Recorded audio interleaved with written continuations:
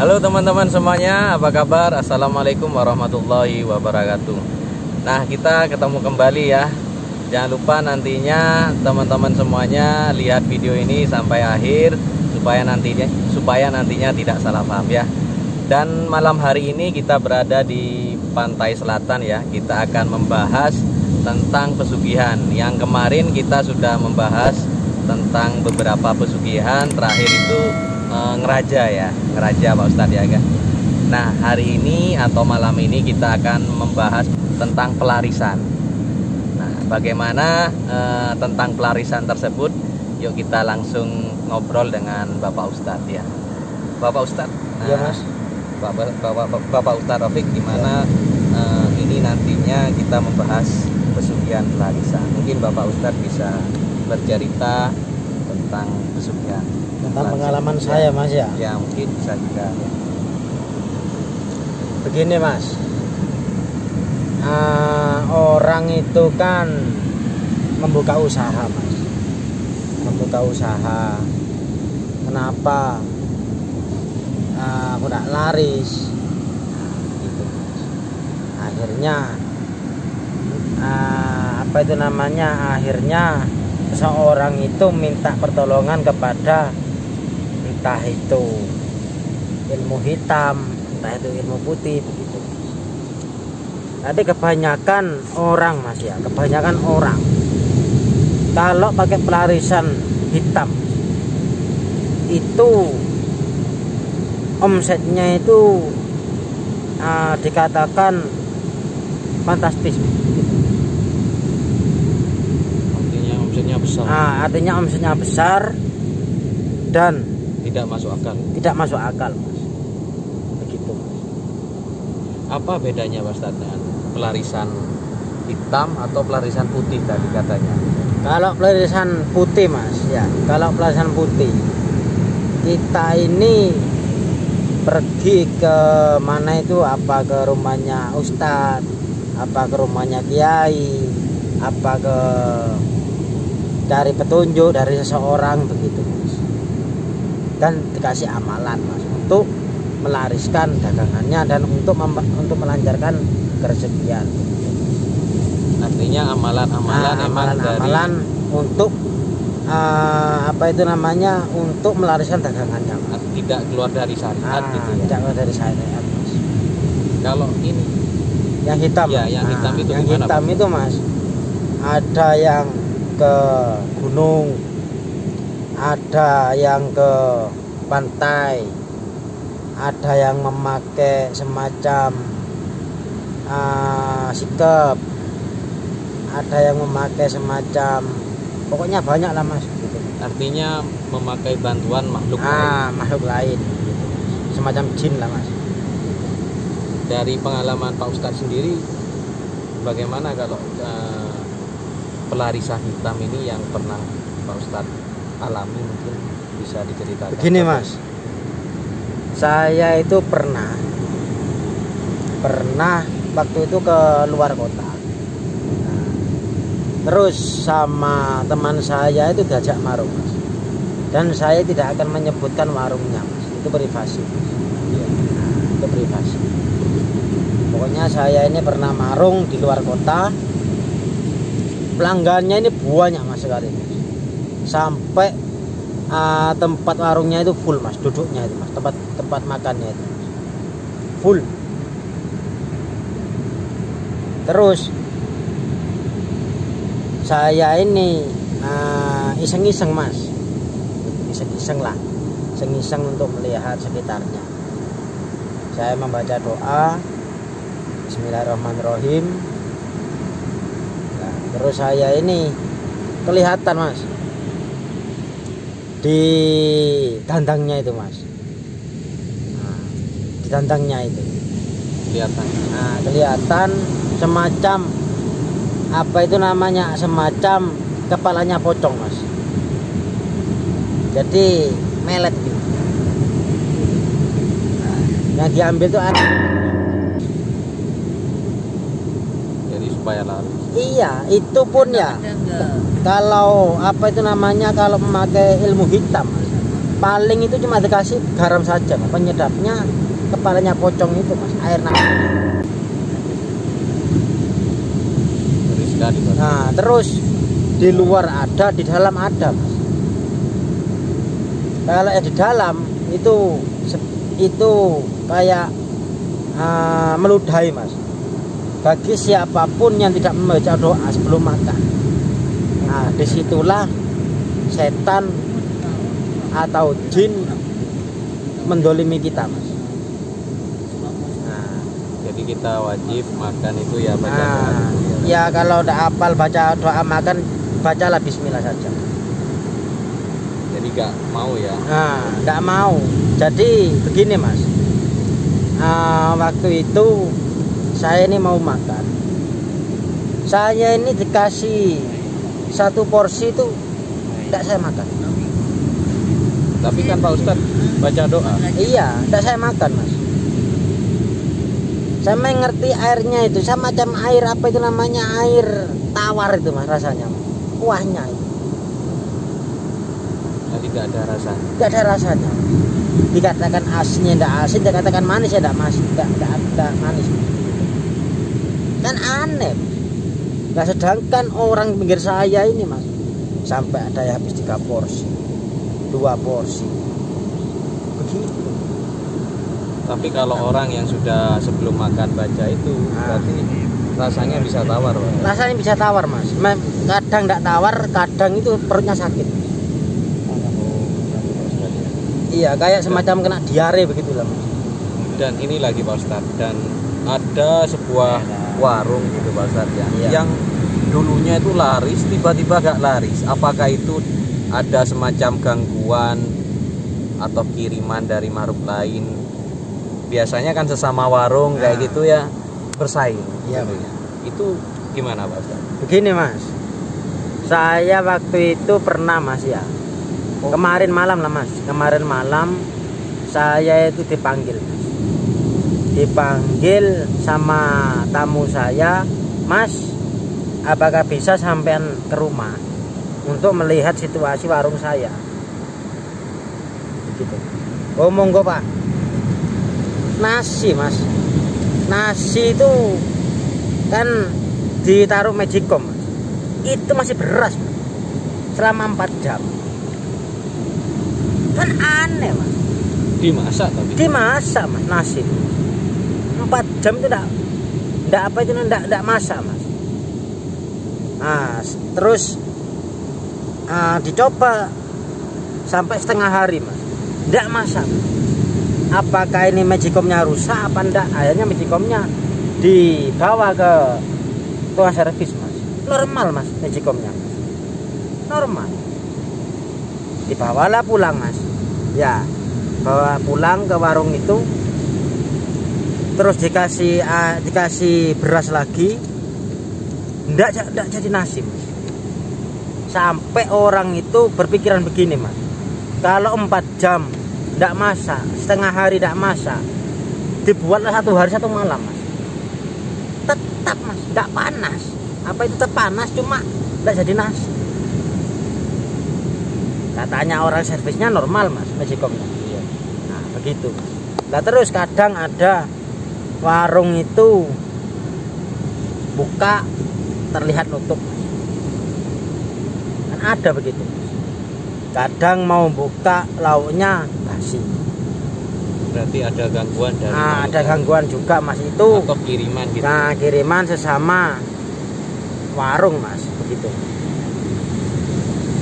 Begitu. Terus begini Pak Ustadz, kira-kira bagaimana untuk mengatasi itu seperti itu, Pak? Jadi begini, kan mungkin di sini ya juga ada yang melihat, bagi yang apa namanya yang jualan juga itu. jadi kan begini, Mas, tadi, Mas. Samen kan tanya pelarisan kok bisa omsetnya begitu, kan begitu. Iya. Bisa drastis. Jadi saya jawab, pelarisan ini bisa dibuat pesugihan, Mas, dan ada tumbalnya. Ada tumbalnya, ada syarat-syaratnya. Jadi Kalau pelarisan Mas, mumpung saya ini ada di pantai selatan, ya saya akan memanggil salah satu hodam untuk buat pelarisan. Kalau Masnya mau melihat sosoknya, monggo. Ini sosoknya pocong. Aja mungkin yang ini. Tapi nanti saya taruh di batu ini. Nah, apa Anda merasakan mau busuk? Apa merasakan mau muntah? Apakah panas? Tidak apa-apa kan Mas ya? Hanya merasakan. Nah, hanya merasakan dan hanya menciptakan. Terus saya mau berbicara dengan salah satu hodam pelarisan.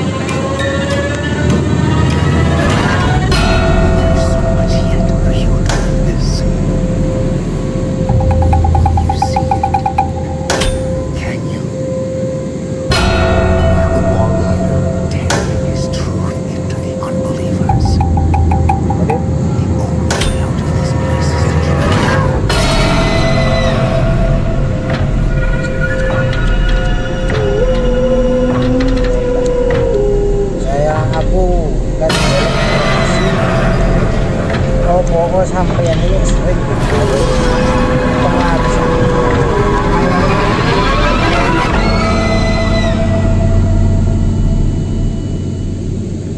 Jadi begini Mas, bilangnya pocongnya itu Mas, memang saya itu sering dibuat pelaris. Ini melebihi rasanya makanan itu Mas. Jadi di makanan dimasak enak, lebih enak lagi Mas. Padahal ini aslinya Mas. Terus lek kepingin laris maneng sampean kayak opo?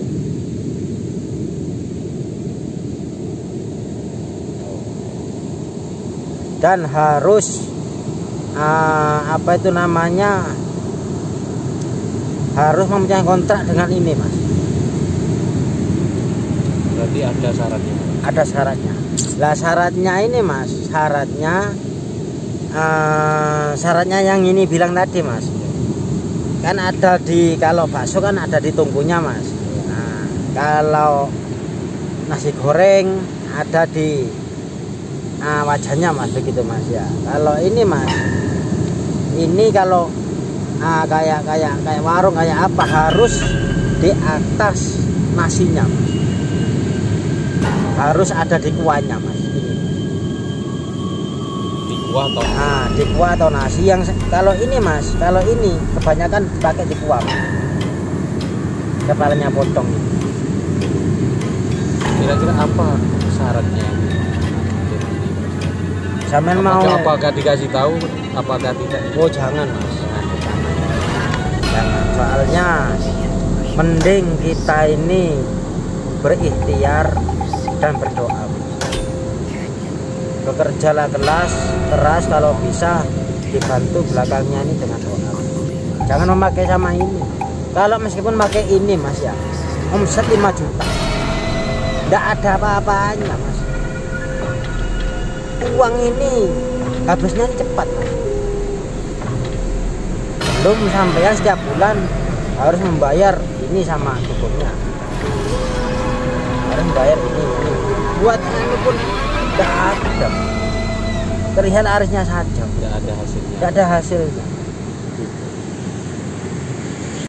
Ini Bapak Ustadz, nah ini kan kita sebagai orang awam, pembeli juga, apalagi saya Bapak Ustadz ya juga.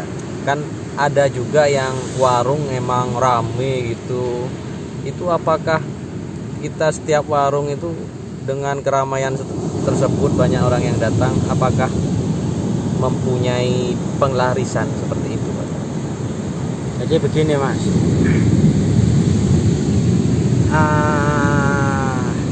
di mana-mana itu kan ada warung Mas. Dan warung itu tidak semuanya memakai kayak gitu.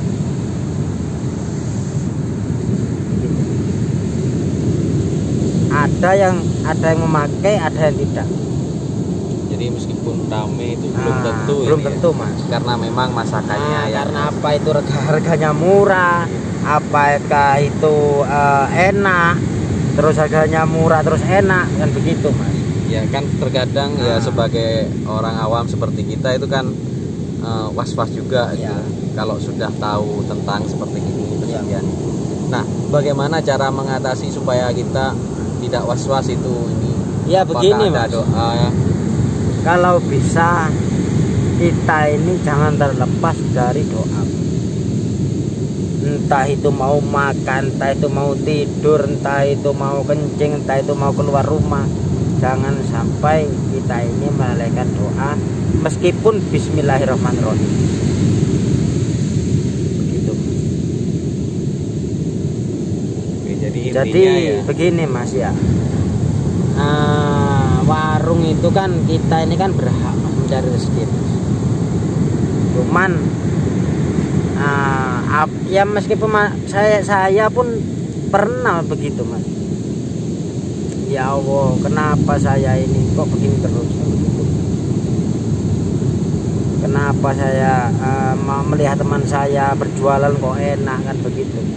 Akhirnya saya lihat ada itunya, begitu saya. Ya mending wis ya berdagang lah sewajarnya Mas.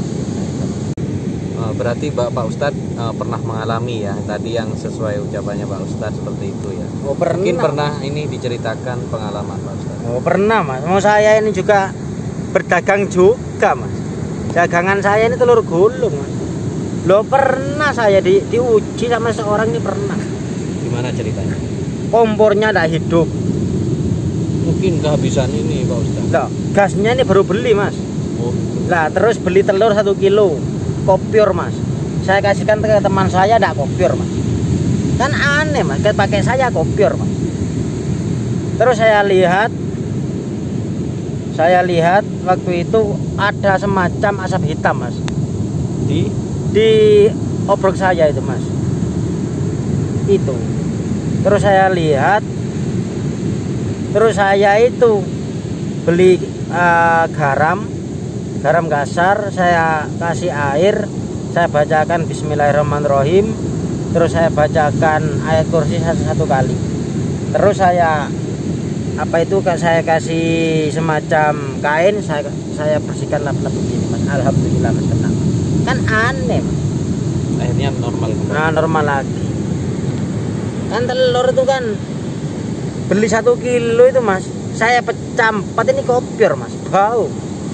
Lah terus sisanya saya kasihkan teman saya Mas, tidak bau. Berarti ada yang ini ya. Ada yang sirik lah Mas. Ya. Ada yang sirik begitu Mas.